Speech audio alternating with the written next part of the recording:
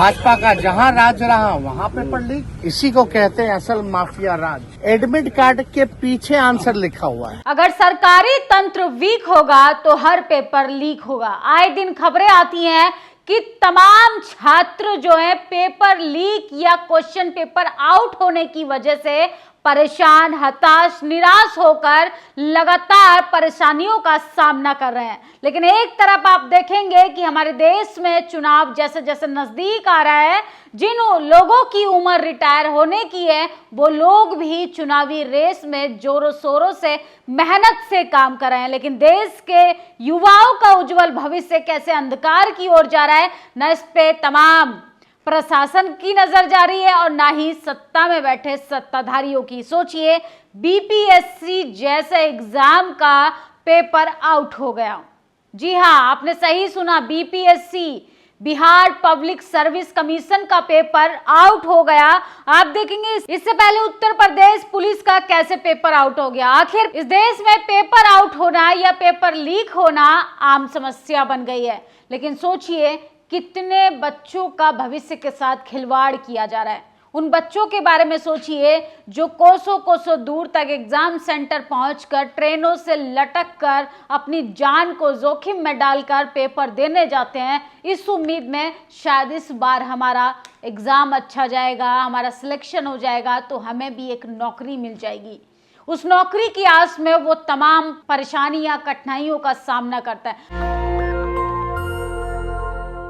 आप जब आके देखेंगे देश की राजधानी में आए दिन धरना प्रदर्शन करते हैं देश के युवा, और उत्तर प्रदेश की राजधानी लखनऊ में लंबे अरसे से बैठे छात्र जो हैं नियुक्ति पत्र की मांग कर रहे हैं। पेपर देने जाओ तो पेपर लीक हो जाता है, जैसे तैसे पेपर सफल होता है तो नियुक्ति पत्र तक लोगों को नहीं दिया जाता। ऐसे हालात देश में हो गए हैं और यही देश में लोगों को, युवाओं को लंबी लंबी कतारों में लगाया जाता है। लेकिन सोचिए कैसे नौकरी नहीं मिल पा रही है इस देश में। बेरोजगारी का आलम जो है वो अपनी चरम सीमा पर है।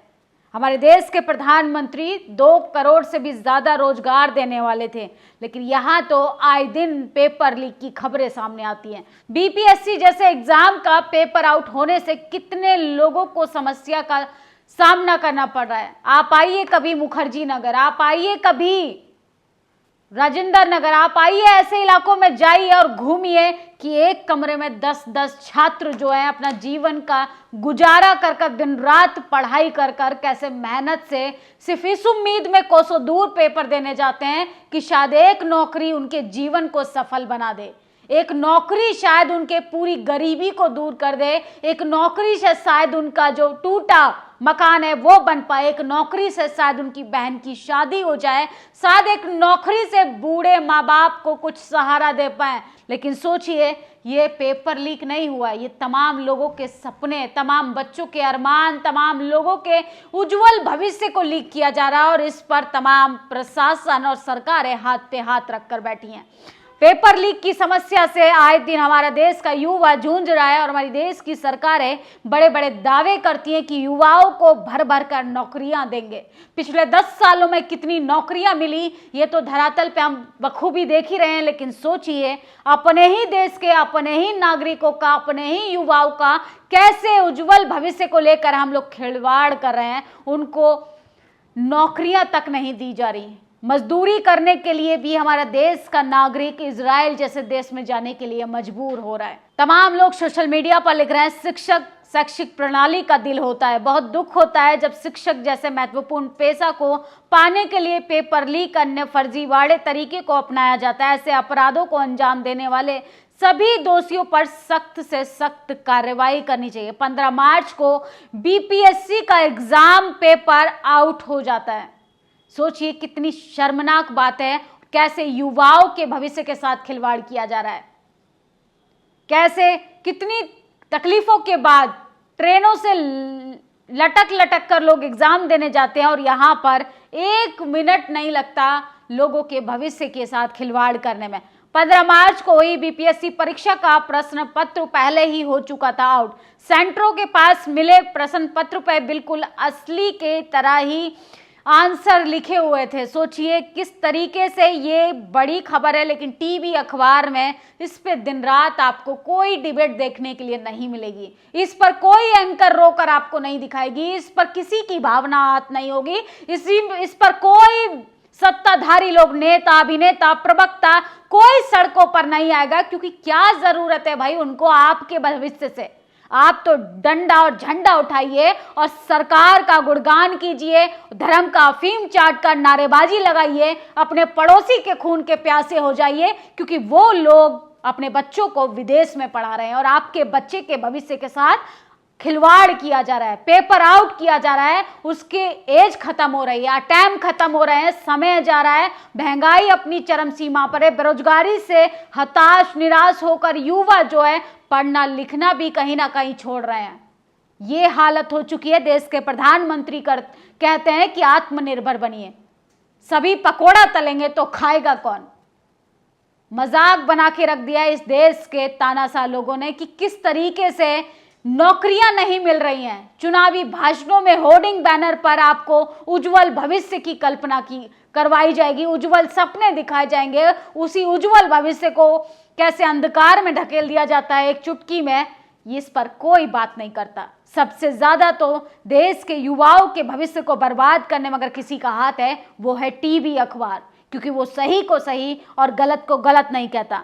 ग्रामीण कार्य विभाग के अकाउंट ने कराया पेपर लीक, कुछ दिन पहले जेल से छूटा था युवक।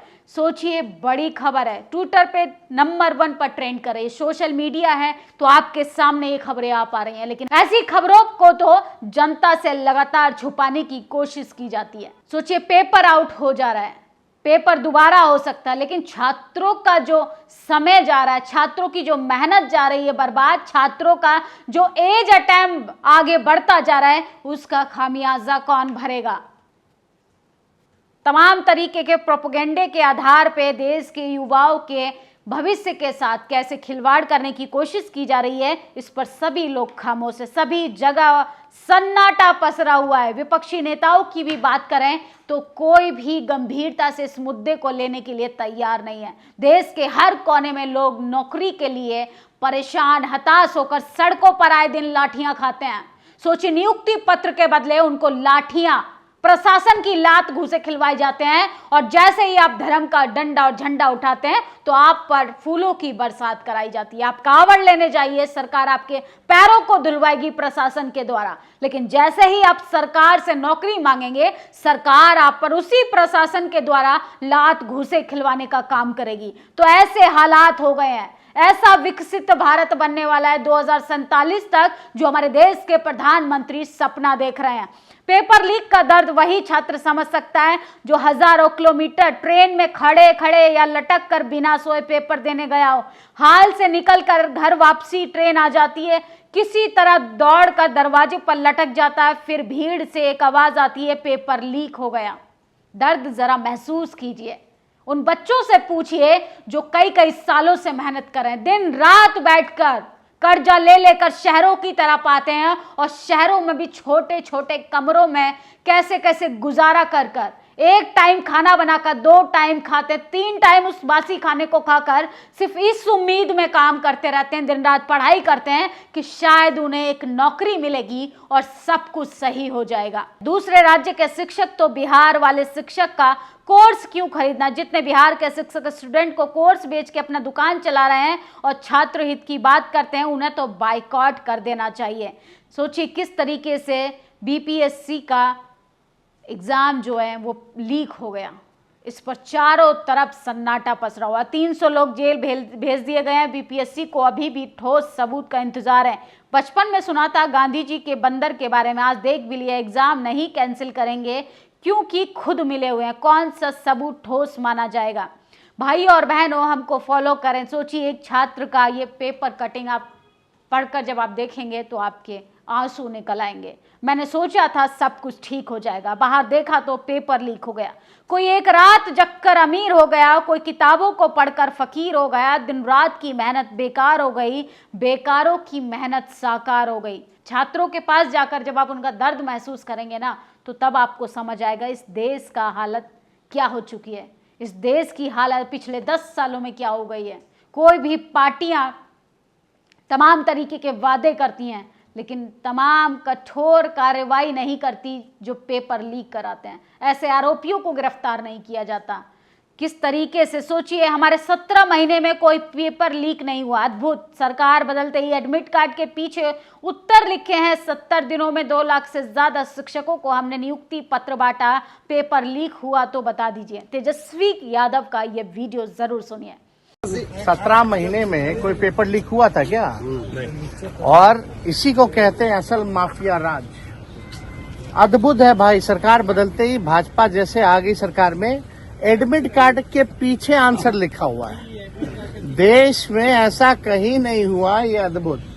कुछ लोग माफिया राज खत्म करने की बात करते हैं, लेकिन हकीकत में हो क्या रहा है? ये बिहार में 70 दिनों के अंदर 2 लाख से ज्यादा लोगों को नियुक्ति पत्र हम लोगों ने बांटा।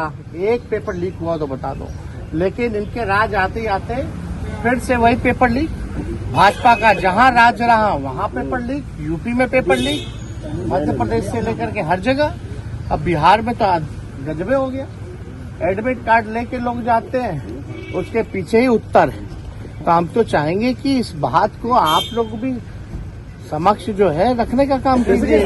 तो सुना आपने वीडियो, किस तरीके से तेजस्वी यादव ने अपने राज्य में बिहार में 17 महीने में वो कर दिखाया जो तमाम सरकारें कई सालों तक नहीं कर पाती। लेकिन बहुजन नेताओं को भ्रष्टाचारी कहा जाएगा, चारा चोर, घोटालेबाज कहा जाएगा। इन पर तमाम तरीके के आरोप प्रत्यारोप लगाए जाएंगे। यहां तक कि दौलत की बेटी कहकर इस तरीके के आरोप लगाते हैं, लेकिन जैसे ही सच्चाई आपके सामने आती है तमाम लोग एक्सपोज हो जाते हैं। सोचिए, जो आपके लिए नौकरी देना चाहता है, जो आपके लिए रोटी रोजगार के सुविधाएं प्रोवाइड कराना चाहता है, जो आपके लिए अच्छा अस्पताल खुलवाना चाहता है, ऐसे नेताओं को हम दरकिनार कर देते हैं। क्योंकि मीडिया संस्थान में बैठे मनुवादी, जातिवादी लोग आपको मुद्दों से भटकाकर सीधा उस तरफ लेके जाते हैं जहां पर आपको सिर्फ जुमलों का लॉलीपॉप दिया जाएगा। सिर्फ आपको खाली जुमला पकड़ाया जाएगा। जब आप नियुक्ति पत्र मांगेंगे तो आपको झुंझुना दिखाकर सरकार जो है लाठीचार्ज कराएगी। प्रशासन के लात घूसों से आपका स्वागत करेगी। क्योंकि आपने सरकार को वोट अपने उज्जवल भविष्य के लिए नहीं दिया था, धर्म के नाम पर वोट दिया था। सरकार आपको धर्म की डोज लगातार बार बार देती रहती है। किस तरीके से आज देश का युवा परेशान है। बीपीएससी एग्जाम जैसे बड़े एग्जाम जो हैं वो लीक हो जा रहे हैं। इसके पीछे किन लोगों का हाथ है? आखिर इस पर कठोर कार्रवाई क्यों नहीं होती है? कठोर संज्ञान सरकारें क्यों नहीं लेती हैं? प्रशासन में बैठे लोग कोई कार्रवाई क्यों नहीं करते हैं? सरकार और अधिकार सबके सब मजाक बनाकर रख दिए। अगर परीक्षा रद्द नहीं होती तो सड़कों पर भारी आंदोलन के लिए तैयार हैं। हमारे 17 महीने का सुनहरा कार्यकाल, जिसमें पारदर्शी और न्यूट्रल तरीके से युवाओं को 4 लाख से अधिक नौकरियां दी गई, वह बिहार के प्रतियोगी परीक्षाओं का स्वर्ण काल था। अब नीतीश भाजपा सरकार के 1.5 महीने में ही 17 साल के पुराने कारनामों को दोहराते हुए नकल माफियाओं को इतना प्रोत्साहन दे दिया गया है। बीपीएससी शिक्षक भर्ती के 3री चरण के प्रतियोगी परीक्षाओं के विश्व इतिहास में प्रथम बार एडमिट कार्ड में ही आंसर की बताई जा रही है। और पेपर लीक कराने वाले नकल माफियाओं को बचाने के लिए इनके वरिष्ठ मंत्री प्रशासन पर दबाव बना रहे हैं, पुलिस को फोन कर रहे हैं, मंत्रियों का जानबूझकर नाम छुपाया जा रहा है। सोचिए किस तरीके से क्वेश्चन पेपर पर ही आंसर लिख के लोगों को दिए जा रहे हैं।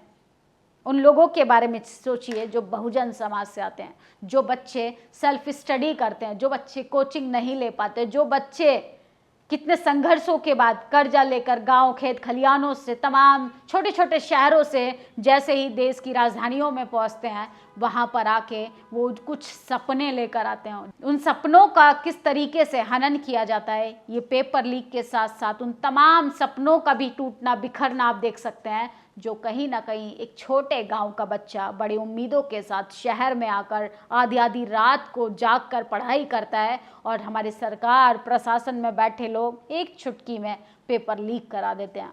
इस पूरी खबर पर आपकी क्या प्रतिक्रिया कमेंट बॉक्स में ज़रूर बताइएगा। फिलहाल तो युवाओं को नौकरियां नहीं, धर्म की अफीम चाटनी बेहद ज़रूरी है, ताकि उनकी आंखें और खोपड़ी के कपाट जो हैं वो बखूबी तरीके से खुल पाएँ। शुक्रिया। नेशनल दस्तक की आपसे गुजारिश है कि अगर इसको बचाना चाहते हैं तो नेशनल दस्तक को सब्सक्राइब करने के लिए रेड कलर के सब्सक्राइब बटन को दबाएं, फिर बेल आइकन की घंटी दबाएं। नेशनल दस्तक को बचाने के लिए बहुत जरूरी है कि हर खबर को शेयर करें, लाइक करें, कमेंट जरूर करें।